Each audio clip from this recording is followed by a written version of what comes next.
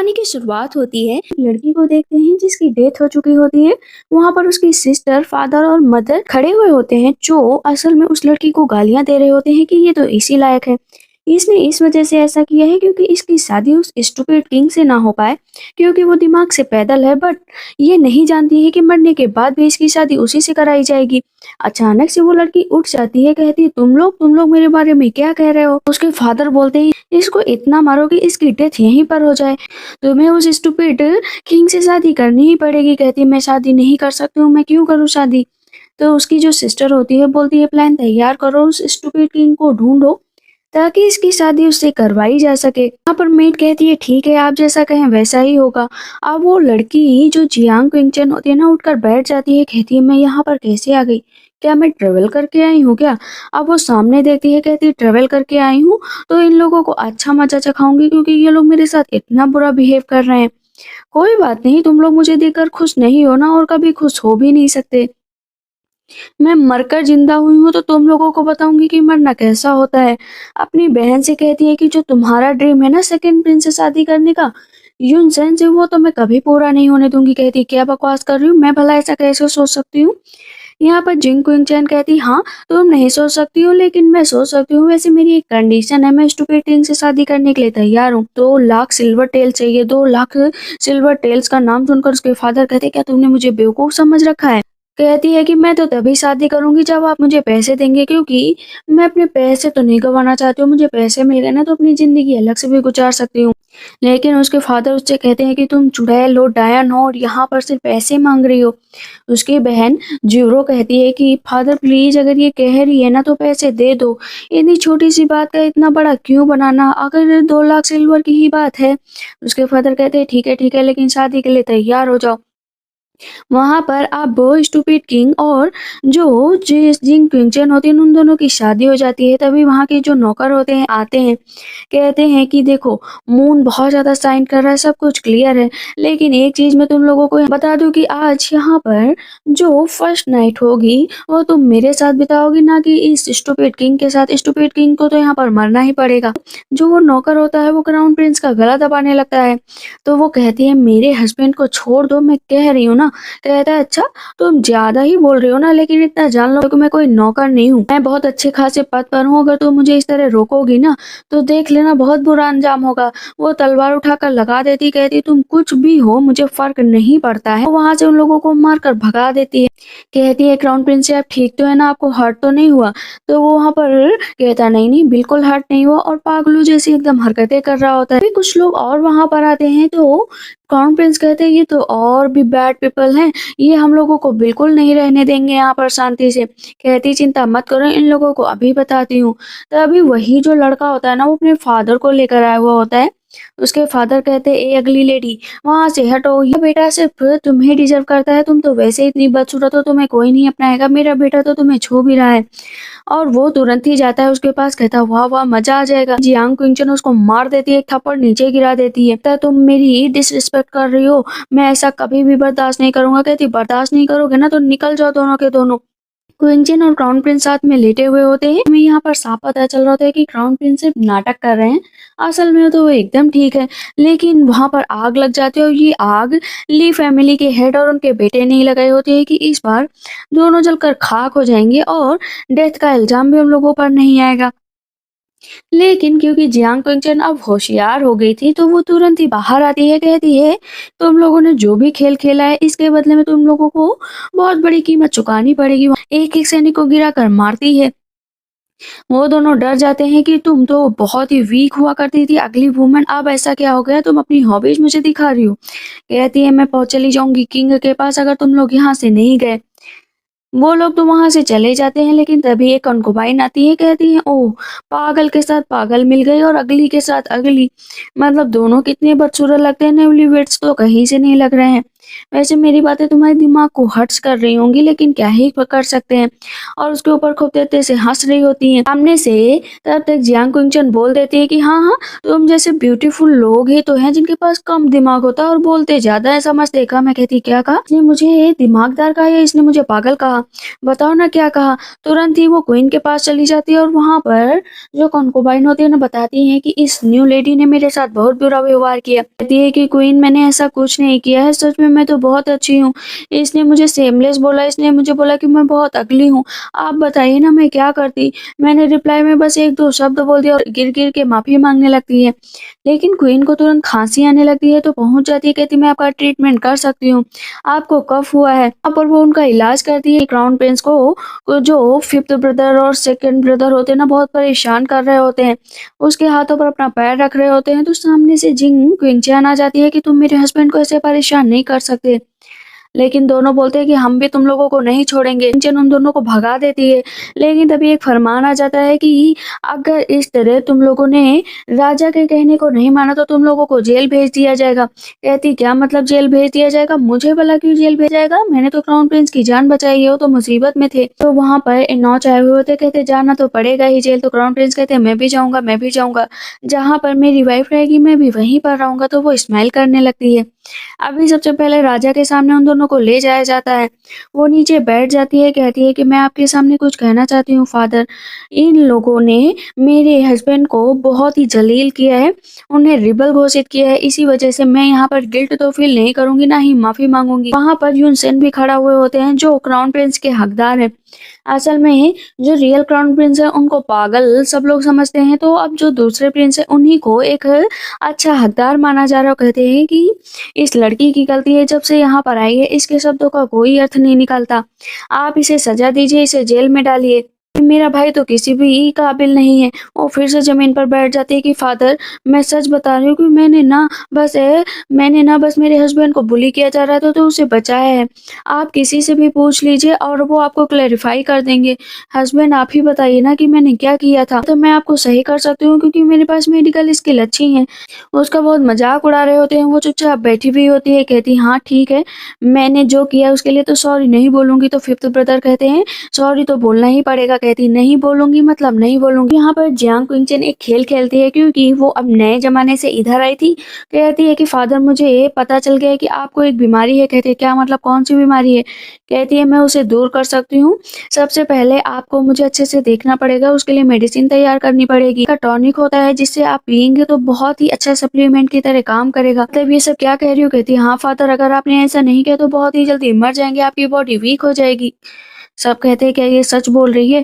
तो वहां पर यूनसेन कहता है नॉनसेंस बातें हैं। नॉनसेंस कहती है ठीक है, मेरा बिलीव नहीं कर रहे हो तो फिजिशियन को बुला लो, पता चल जाएगा कि जो राजा है उनकी पल्स अभी कमजोर हो रही है। जैसे फिजिशियन आते हैं तो बताते हैं पिंगचन है वो सही कह रही है, आपकी पल्स धीरे धीरे कमजोर हो रही है, इसीलिए जो ये कह रही है आपको वो करना पड़ेगा। राजा हैरान रह जाते हैं। वहां पर यूनसेन भी हैरान रह जाता है कि क्या सच में ये सही कह रही है? क्योंकि राजा खुश हो गए थे और फिजिशियन भी उसके पैरों में गिर जाते हैं कि तुम तो बहुत ही अच्छी डॉक्टर हो। यहाँ पर राजा यूनसेन से ही कहते हैं माफी मांगो क्योंकि इसकी कोई गलती नहीं है। फिफ्थ ब्रदर से भी कहते हैं। वो दोनों तो वहां पर बच जाते हैं सिर्फ और सिर्फ जियांग क्विंगचिन की समझदारी से। लेकिन इधर जोरू बार बार भड़का रही होती है यूनसेन को कि तुम तो जानते हो कि क्विंगचिन क्या कर सकती है, वो बस सिड्यूस कर रही है क्राउन प्रिंस को, उसके पास मेडिकल स्किल कहाँ से आई? तो आप सोचो वो बेवकूफ़ी बना रही होगी ना, सिर्फ अपनी रेपुटेशन को बचाने के लिए। वो सेमलेस लड़की है, सेमलेस। देखते हैं कि क्राउन प्रिंस भी अब क्वीन चैन की असलियत निकालने के लिए अपने कुछ लोगों को भेजते हैं, जहां पर उन्हें पता चल कि उन्होंने लगभग 2 लाख टेल्स लिए हैं आपसे शादी करने के लिए। अपने मदर और फादर को ब्लैकमेल किया। कहते हैं कि अच्छा तो ये बात है। क्राउन प्रिंस सो रहे होते हैं तो जाती है क्वीन चैन, कहती है इतना बुरा भी नहीं है, हैंडसम तो लग रहा है और सोते हुए कुछ ज्यादा ही हैंडसम लग रहा है। लेकिन इसे कहीं सर्दी ना लग जाए तो चलो इसके ऊपर कुछ कंबल वगैरह डाल देती हूँ। लेकिन काफी करीब होती है तो प्रिंस कहते हैं आओ आओ मेरे और करीब आओ, तुम्हें मेरी बॉडी का हीट जो फील करनी है। कहती नहीं नहीं ऐसा कुछ नहीं है, मैं तो बस ऐसे ही कह रही थी। यहाँ पर क्राउन प्रिंस मन ही मन तो हंस रहे होते हैं। क्विंगचन बैठी होती है। पता चलता है कि पूरी जगह पर ये रूमर्स फैल गया है कि क्विंगचन है वो झूठी मेडिसिन की डॉक्टर बन चुकी है, जबकि उसके पास कभी कोई स्किल थी ही नहीं। कहती अच्छा तो ये बात है, ये सिर्फ यूनसेन ही कर सकता है और मेरी बहन ही कर सकती है। वो फिजिशियन के पास पहुँच जाती है और वहाँ पर अब वो मेडिसिन की एक पर्ची देती है फिजिशियन को। कहती है आप इसे तैयार करिए। उसकी स्किल देखकर तो अब फिजिशियन भी हैरान थे, लेकिन तभी उसकी सिस्टर आ जाती है। कहती है कि आप तो मेरे ब्रदर इन लॉ को मार कर ही रहेंगी, क्योंकि आप यहाँ पर फिजिशियन से प्राइवेट मीटिंग कर रही है। तो फिजिशियन खड़े हो जाते हैं कि यहाँ पर ज़्यादा मत बोलो, क्योंकि हम लोग यहाँ पर काम की बातें कर रहे हैं। पता चलता है कि ज़ीरो जानबूझकर जो है प्रिंस को लेकर आई थी, ताकि वो क्विंचन पर आरोप लगा सके कि वो किसी और से मिलने गई थी, बल्कि वो तो फिजिशियन से मिलने आई थी। कहते हैं बैड वुमन मुझे यहाँ पर जानबूझकर स्नैक्स के बहाने लेकर आई। फिजिशियन कहते हैं कि मिस जियांग आप यहाँ पर आ गई हैं, लेकिन दोबारा मत आइएगा। क्राउन प्रिंस को मारने लगती है। जब क्राउन प्रिंस को मारने लगती है तो जियांग जो है अपनी बहन के थप्पड़ मार देती है और उसका गला पकड़ लेती। कहती तुम हो कौन और तुम्हारी हिम्मत कैसे हुई प्रिंस को मारने की? सच में तुम्हें लगता है कि तुम्हारी इतनी औकात है कि तुम प्रिंस पर हाथ उठा सको? अगर मैंने फादर से 2 लाख डाउरी मांगी है तो मुझे मिल जानी चाहिए। अगर नहीं मिली ना तो तुम सबको जेल जाना पड़ेगा। उसकी बहन फिर से आती है। कहती सच में क्या मेरी बहन इतनी तेज हो गई? उसके पास मेडिकल स्किल आई कहाँ से और किस तरह से वो राजा और क्वीन दोनों की मदद कर रही है, उनका इलाज कर रही है? क्वीन चैन बैठी होती है तो क्राउन प्रिंस जाते हैं। कहते हैं तुम कितनी सुंदर लग रही हो। तो वो उसके गाल पर किस करती है। कहती है सुंदर लग रही हूँ क्योंकि एक क्रेजी वुमेन एक स्टूपिड किंग के पास है, इसीलिए मैं किस तो कर ही सकती हूँ। वो देखती है कि क्राउन प्रिंस शर्मा रहे हैं। कहती शर्माने की क्या जरूरत है? क्राउन प्रिंस बोलते हैं मैं तो अपनी वाइफ के साथ ही रहूंगा। यहाँ पर कहीं ना कहीं जियांग क्विंगचन अब क्राउन प्रिंस की तरफ बहुत ही आकर्षित हो रही थी। कहती कितनी पागल हूँ मैं, उस पागल क्राउन प्रिंस के पीछे आखिर मैं कैसे जा सकती हूँ? उसमें तो कुछ ऐसा खास है भी नहीं, वो तो पागल है। क्या सच में मेरा हस्बैंड इतना हैंडसम है, इतना रिच है, तो मैं उसके पीछे पागल तो हो ही सकती हूँ, मुझे तो इतना सारा पैसा मिलेगा। तभी पता चलता है कि कुछ गड़बड़ हो गई है। यहाँ पर पता चलता है कि एक और र्यूमर पूरे कैपिटल में फैला दिया गया है, जो क्विंचन है वो झूठी है, इसीलिए उसे अब कंपटीशन करना पड़ेगा एक लड़के से। कहती क्या मतलब मुझे किससे कंपटीशन करना पड़ेगा? पता चलता है आर्चरी का कंपटीशन होता है, उसे उस आर्चरी में भाग लेना पड़ेगा। क्राउन प्रिंस आ जाते तो फिर तो ब्रदर कहते हैं अपनी अगली वाइफ को लेकर आयो, लेकिन वो तो किसी काम की नहीं है। वहां पर वो जाती है, वो बहुत ही बढ़िया निशाना लगाती है, जिसे देखकर उसकी काबिलियत के तो सब फैन हो जाते हैं फिफ्थ ब्रदर। और यहाँ तक कि यूनसेन को भी यकीन नहीं होता कि ये वही लड़की है क्विंचन जो पागल सी थी। अबे इतनी इंटेलिजेंट कैसे होती है? उसे तो आर्चरी भी आती है। दुखी तो होती है। जोइरो कहती है कि ये पागल बना रही है, असल में तो इसके पास कोई टैलेंट नहीं है। क्राउन प्रिंस कहते हैं कि तुम्हें यहाँ से चलना चाहिए क्योंकि तुमने कुछ ज्यादा ही ड्रिंक कर लिया। लेकिन जोइरो बार बार कहती है नहीं नहीं तुम नहीं जा सकती हो, पहले अपनी शक्ल तो दिखाओ कि तुम कितनी बदसूरत हो। क्राउन प्रिंस कहते हैं नहीं नहीं मेरी वाइफ तो बहुत सुंदर है, इस दुनिया की सबसे ब्यूटीफुल वुमेन मेरी वाइफ ही है। लेकिन जोइरो कहती नहीं नहीं ये बदसूरत अगली लेडी है, हर कोई जानता है सिटी का कि इससे बदसूरत कोई नहीं है। कहते ठीक है अपना मुंह खोल कर दिखाओ। जैसे ही वो मुंह खोलती तो यूनसेन सबसे पहले खड़ा हो जाता है, क्योंकि उसके चेहरे पर जो मोल था ना वो हट चुका था। यूनसेन का दिल अब जो है क्विंचन पर आ चुका था, यहाँ तक कि जो जापान से आया था उसका भी, और जितने लोग वहां पर बैठे थे सब उसकी खूबसूरती देखकर पागल हुए जा रहे थे। सबसे ज्यादा यूनसेन ड्रिंक करके बैठा हुआ होता है। कहता तुमने मुझसे झूठ बोला कि तुम्हारी बहन अगली है, लेकिन वो तो इतनी सुंदर है तुम उसके सामने कुछ भी नहीं, इसीलिए मैं उसी से शादी करूंगा। क्विंचन जाती है अपने हस्बैंड के पास, कहती है कि तुम आज मुझे कंपनी दोगे, चलो ना तुमने जो कपड़े पहन रखे हैं उन्हें निकालो। कहते हैं क्या मतलब, तुम क्या करने की कोशिश कर? क्राउन प्रिंस के पास उसका आदमी आ जाता है बताने के लिए कि कुछ गड़बड़ है। पता चलता है कि जो जोइरो है उसने बहुत सारे पैसे इकट्ठा किए हैं किसी को मारने के लिए। तो यहाँ पर किसी और को नहीं बल्कि उसने हायर किया था क्राउन प्रिंस को ही, जहाँ पर वो नकाब लगा कर बैठे थे। कहती है कि आपको किसी भी तरीके से उस क्विंचन को रास्ते से हटाना है, इसके लिए मैं आपको पैसे दे रही हूँ। और दिन में क्विंचन रास्ते से जा रही होती तभी वहाँ पर एक बच्चा होता है जिसे यूनसेन परेशान कर रहा होता है। तो वो कहती है कि तुम्हें इसे परेशान करने का कोई हक नहीं है। कहता है मैं प्रिंस हूँ, मैं कुछ भी कर सकता हूँ। कहती है प्रिंस हो लेकिन किसी को ह्यूमिलेट करने का हक नहीं है। इस पर यूनसेन को बहुत गुस्सा आता है कि तुम्हें तो देख लूंगा मैं। पीछे से क्राउन प्रिंस कहते हैं लगता है मेरा भाई कुछ ज्यादा ही नाराज हो गया है। रास्ते में कुछ लोग खड़े होते हैं उसको मारने के लिए। कहती है कि तुम्हें किसने भेजा है मुझे बताओ, और वहां पर वो उसे तुरंत बेहोश कर देते हैं और किडनैप करके लेकर चला जाता है। पता चलता है उसे यूनसेन ने ही किडनैप करवाया है, और इधर अब क्राउन प्रिंस को भी पता चल जाता है कि उसकी वाइफ का किडनैप हो चुका है। कहता है कि तुम मुझसे शादी कर लो, मेरी स्ट्रेंथ अच्छी, मेरी बॉडी अच्छी, मैं पागल भी नहीं हूँ। वो थप्पड़ मार देती है, कहती पागल नहीं हूँ लेकिन बेवकूफ जरूर नजर आ रहे हो यहाँ पर, तभी तो ऐसी हरकतें कर रहे हो। कहता है जियांग क्विंचन तुम मेरी ही बनोगी, मेरी हो। फिर उसे उसका गला पकड़ लेती है, कहती नहीं तुम्हारी कभी नहीं बनूंगी, और उसे लगातार मारती रहती है। तब यूनसेन कहता है मैंने जो तुम्हें ड्रग दिया है ना, तुम उससे बच नहीं सकती हो। ड्रग का असर हो चुका था तो वो नीचे बेहोश होकर गिर जाती है। तभी वहाँ पर क्राउन प्रिंस पहुंच जाते हैं और अपने भाई को बेहोश करके वहां से तुरंत ही क्विंचन को लेकर वापस आ जाते हैं और उसके किस भी करते हैं। कहती है कि ये मैं इसके साथ कैसे आ गई, ये कौन है। लेकिन उसे शक हो जाता है कि क्राउन प्रिंस और वो आदमी दोनों एक ही हैं। उसकी वॉक, उसकी बातों से उसे पता चल गया था। कहती है नजर रखो। इधर हम देखते हैं कि क्राउन प्रिंस खड़े होते हैं, लेकिन एक जापानीज पर्सन आता है जो क्वीन चैन पर फिदा हो चुका होता है। उसकी ब्यूटी की बहुत तारीफें सुनी थी। कहता है कि मुझे उससे मिलाओ क्योंकि मुझे उससे शादी करनी है, उससे शादी कर लो और अपने हस्बैंड को छोड़ दो। कहती कभी भी अपने हस्बैंड को नहीं छोड़ूंगी क्योंकि मेरा हस्बैंड पागल है, कुछ भी है लेकिन वो मेरा हस्बैंड है।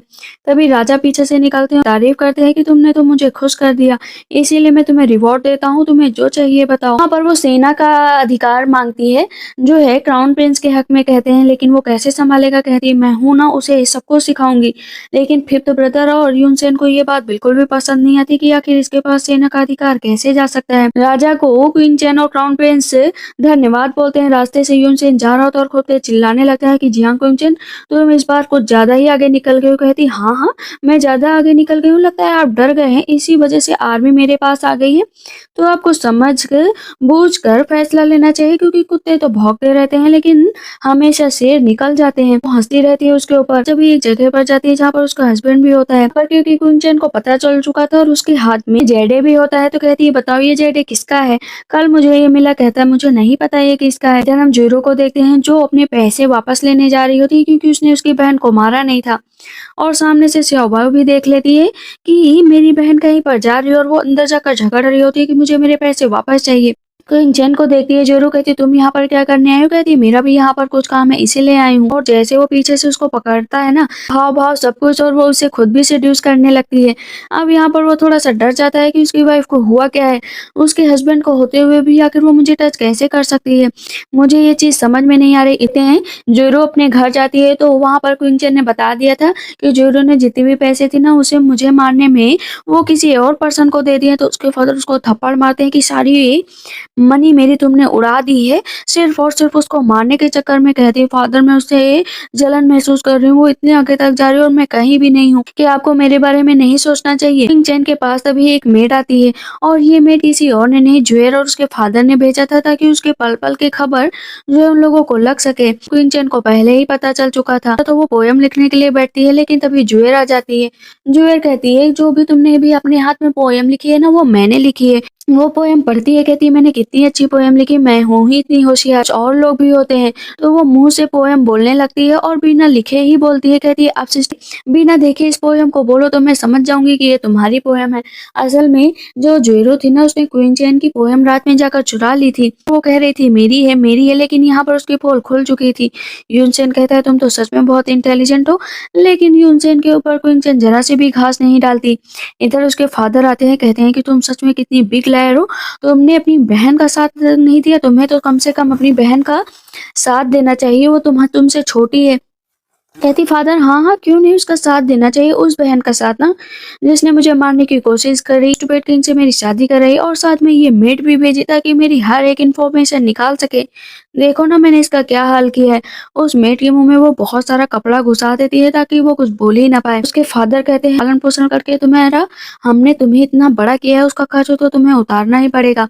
इतना याद रखो जियांग कि तुम्हारा कुछ भी नहीं होगा अगर मैं तुम्हारे साथ नहीं हूँ। कहती है गाली देती है, कहती तुम जैसा फादर होने से अच्छा मेरे पास कोई फादर ही ना हो। बाहर से क्राउन प्रिंस ये सारी बातें सुन रहे होते हैं और उन्हें बहुत दुख हो रहा होता है तो कि उसकी वाइफ के साथ कोई नहीं है, कि उसके फादर इस तरह उसे जो है डरा रहे हैं, धमका रहे हैं और हाउस अरेस्ट करने की बात कर रहे हैं, तो जाकर उसका साथ दो। क्राउन प्रिंस अंदर लेटे हुए होते हैं, कहते फादर मुझे धमकी देकर गए हैं कि अगर मैंने उनकी बात नहीं मानी वो मुझे यहाँ से निकाल फेंकेंगे। लेकिन अचानक से वहाँ पर जीरो और उसके फादर कैद करके लाया जाता है उस हर चीज का खुलासा होता है जो उन तीनों लोगों ने इतना ज्यादा बुरा किया था क्विन चैन के साथ। खाने को खाना नहीं, उसकी बहन हमेशा प्लॉटिंग किया करती थी। यून चैन के सामने भी एक एक चीज निकल कर सामने आ जाती है। हम देखते हैं कि वो बहुत ज्यादा ड्रिंक कर रही होती है, तो इस पर क्राउन प्रिंस मना करते हैं कि ड्रिंक ज्यादा मत करो वरना बहुत नुकसान होगा, और उसके पास उसको किस करने के लिए आगे बढ़ते हैं। दोनों एक दूसरे को असलियत जानते थे, लेकिन अभी यहाँ पर क्राउन प्रिंस ना क्वीन चैन को पसंद थोड़ा कम कर रहे थे, क्योंकि उसके दूर नकाबपोश रूप को क्वीन चैन ज्यादा पसंद करने लगी थी। वहां पर जाती है और उसके पास बैठ जाती है, सीड्यूस करने की कोशिश करने लगती है कि इनकी तबीयत ज्यादा खराब हो जाती है, तो कहती है ठीक है मैं इनके लिए मेडिसिन तैयार करूंगी। जो बाहर आती है बहुत थक चुकी होती है। यहाँ पर फिर से यून सेन आता है, कहता है कि देखो मैंने पहले जो हरकतें की प्लीज मुझे माफ कर दो, लेकिन क्राउन प्रिंस तो मैं ही बनूंगा, ये पूरा राज्य ये महल मेरा होगा।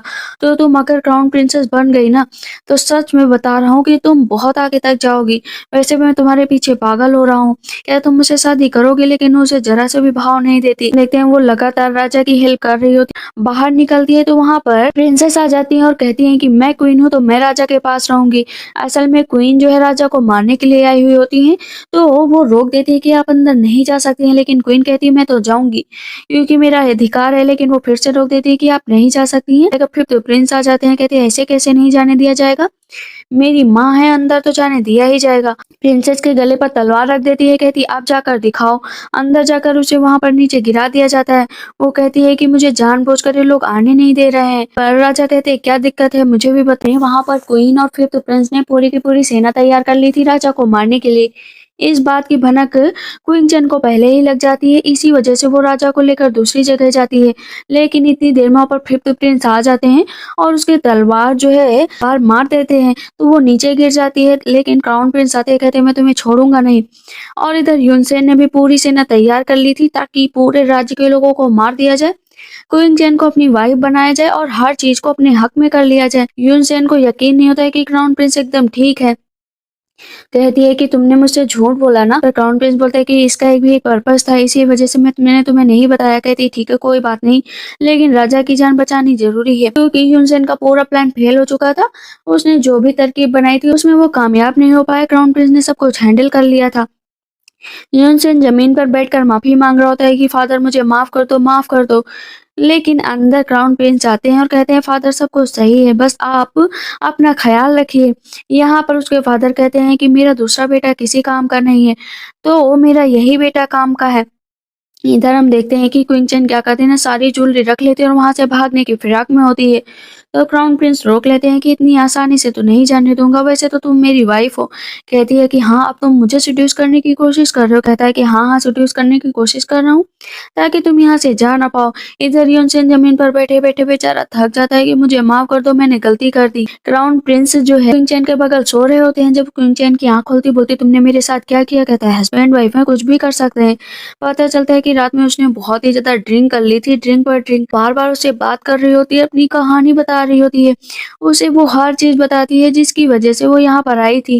रात में इतना ज्यादा ड्रिंक कर लेती कि कहती प्लीज मुझे छोड़कर मत जाओ मत जाओ, लेकिन क्या तुम इसके लिए तैयार हो? कहती हाँ मैं तैयार हूँ। तो फिर से उसे किस कर लेता है। टाइम स्पेंड कर रहे होते हैं। जुएर का जो भी प्लान था ना वो फेल हो चुका था। यूनसेन उसकी बातों में आ जाता था, इसी वजह से यूनसेन ने जुएर को पीट पीट कर उसका बुरा हाल कर दिया था। जब ये बात क्वीन चैन को पता चलती है तो कहती है ठीक है उसकी ऐसे ही पिटाई होनी चाहिए। क्राउन प्रिंस सही हो गए थे, इसीलिए क्वीन भी नहीं चाहती थी कि क्राउन प्रिंस के पास क्वीन चैन है। इसी वजह से वो बहन को बुलाते हैं कि क्राउन प्रिंस को सिड्यूस करो, उसे अपने पास लाओ। तो क्वीन क्या करती है, क्वीन चैन को अपने पास बिठा लेती है। वो क्राउन प्रिंस होते हैं और वो लड़की दोनों बाहर जाते हैं, तो वो नीचे गिर जाती है। कहती है प्लीज मुझे उठा लो ना, उठा लो ना। क्राउन प्रिंस उसका गला पकड़ लेते हैं, कहते खबरदार मेरी शादी हो चुकी है और दोबारा से ऐसी हरकत मत करना। जब क्वीन चैन आती है कहते तुमने तो वो लड़की तो बहुत सुंदर है, तुम उसकी बातों में क्यों नहीं आए? वो तो तुम्हें सीड्यूस करने की कोशिश कर रही थी। कहता है इतना जान लो सिर्फ तुम मेरी वाइफ हो, मुझे और कोई नहीं चाहिए। क्वीन कहती है तुम्हारी इतनी भी औकात नहीं कि तुम उसे अपनी गिरफ्त में ले पाओ, क्या तुम इतना भी नहीं कर पाई? कि क्वीन पूरी राज्य के सामने ये ऐलान कर देती है कि क्राउन प्रिंस अब मेरी बहन से ही शादी करेंगे। इस पर खड़ी हो जाती है क्वीन चैन की किसी की शादी होते हुए भी अगर राजा ये नहीं चाहते तो शादी नहीं होगी। अगर कोई भी मेरे बीच में आए ना तो मैं उसे नहीं छोड़ूंगी। वहां पर वो अपना करतब दिखाने लगती है। राजा बहुत खुश हो जाते हैं, कहते हैं ठीक है तुम्हें ये रिवॉर्ड दिया जाता है कि क्राउन प्रिंस की शादी किसी और से नहीं होगी।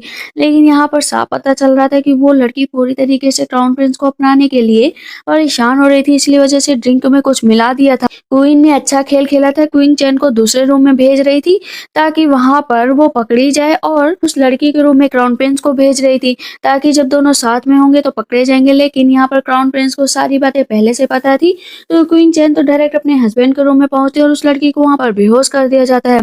साथ में यूनसेन को उसके रूम में जाने के लिए कह दिया जाता है। दोनों बाहर बैठे होते हैं, बातें कर रहे होते हैं कि कब कौन आएगा, अभी सारा खुलासा हो जाएगा। क्वीन राजा को बातों ही बातों में उस तरफ ले जा रही होती, कहती देखो कितनी आवाज आ रही है, तो चलो ना उस तरफ चलते हैं, देखो ना इस रूम में कौन है। वहां पर जाकर वो चिल्लाने लगती है कि कौन है यहाँ पर, बाहर निकल। तभी सामने से वहां पर क्राउन प्रिंस और क्वीन चैन निकलते हैं, तो क्वीन का मुंह उतर जाता है कि तुम दोनों यहाँ पर क्या कर रहे हो, और बेड पर कौन है। पता चलता है कि उसने तो यूनसेन के साथ अपनी नाइट स्पेंड कर ली है।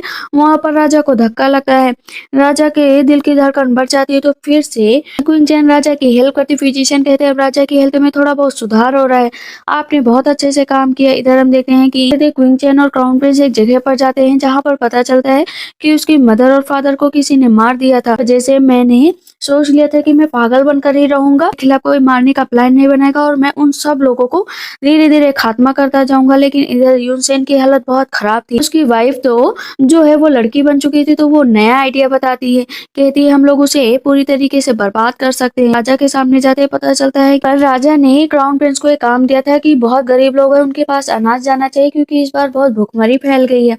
लेकिन वो अनाज बीच से ही गायब कर दिया गया था, और वो अनाज कोई और नहीं, यूनसेन ने गायब किया था। कहता है फादर मैंने बहुत अपनी तरफ से ट्राई किया है, मैंने नया प्लान बनाया है, देखना मैं ही बहुत अच्छे से काम करूंगा। पर वो अपने भाई से कहता देखा देखा तुम तो हो ही स्टूपिड, मैंने देखा ना कितने अच्छे से सब कुछ हैंडल कर लिया, अब मैं अनाज गरीबों तक पहुंचाऊंगा और क्राउन प्रिंस बन जाऊंगा। तो इस पर क्राउन प्रिंस उसका गला पकड़ लेते हैं कि दोबारा अगर मेरे रास्ते में आए ना तो 100 तरीके हैं तुम्हें मारने के, मैं किसी भी तरीके से तुम्हें मार सकता हूँ। इधर क्वीन चैन भी परेशान हो रही थी। यूनसेन फिर से जाता है, कहता है पास्ट में जो कुछ भी हुआ मैं तुमसे कितनी बार कह रहा हूँ मुझसे शादी कर लो, मुझसे शादी कर लो। दांव जो है यूनसेन जीत चुका था लोगों की मदद करने का, तो अभी यहाँ पर क्वीन चैन क्या करती है, लोगों के बीच खुद जाती है और मदद करने के लिए अपनी तरफ से प्लान तैयार करती है, उस यूनसेन का खुलासा करने के लिए भी तैयार होती है। लेकिन वो उसे पकड़ लेता है, कहता है यहीं पर सब लोग रहोगे और राजा को मरना पड़ेगा। पर यूनसेन क्या करता है, फिर से राजा के पास राजा को मारने के लिए पहुंच जाता है। कहता है जिस दिन तुम मर जाओगे ना उस दिन मैं यहाँ का राजा बन जाऊंगा, जब तक तुम जिंदा हो मेरा कुछ भी नहीं हो सकता।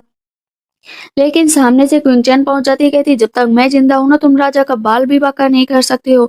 और वहां पर तब तक पीछे से सारे मंत्री वगैरह भी आ जाते हैं जो यूनसेन की बातों से वाकिफ थे, यहाँ तक कि राजा भी वाकिफ थे। कहते हैं क्या सच में तुम लोगों ने मेरे खिलाफ पहले से ही प्लान बनाया था। कहते हैं कि हाँ तुम्हारे बारे में सब कुछ पता था। अब उसके फादर को बहुत दुख होता है कि उसका बेटा उसके लिए सब चीजें प्लान कर रहा है। यहाँ पर राजा अब अपने बेटे के जाकर गले लग जाते हैं कि मुझे माफ कर दो कि मैंने तुम्हारे साथ इतना बुरा बिहेव किया, कि मैं यूनसेन को काबिल समझ रहा था लेकिन तुम काबिल हो, तुम ही क्राउन प्रिंस बनोगे। अभी हम देखते हैं कि क्राउन प्रिंस और क्वीन चैन के बीच भी सब कुछ सही हो चुका था, अब दोनों अपना अच्छे से रहने लगते हैं। इसी के साथ इस ड्रामा का एंड हो जाता है। आई होप आप लोग को ड्रामा अच्छा लगा, अगर अच्छा लगा तो प्लीज लाइक सब्सक्राइब और comment. Thank you so much, bye bye, take care.